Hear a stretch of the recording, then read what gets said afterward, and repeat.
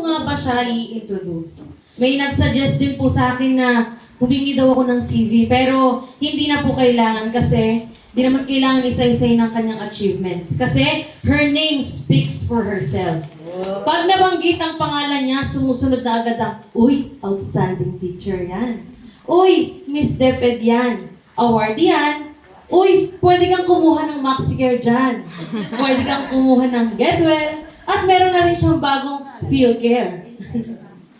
Kaya, in-car na. Okay, meron din siyang Avis Peanut Butter. Kaya kung gusto nyo, bumili na kayo. Okay? O may porsyento ako dyan. Okay. Kung ako naman po ang tatanungin kung paano ko siya ipapakilala ko siya bilang 3 persona. Isa po siyang, may 3 persona yung taong yan. Isa siyang katrabaho, guro, at ina. Unahin ko po ang katrabaho. Isa siyang katrabaho na pag di mo alam ang gagawin ay parang guro na walang sawang mag-share ng kanyang lalaman. Isa siyang guro na ina mag-alaga sa kanyang mga estudyante. At isang ina na bibitawan ng lahat para sa anak niya.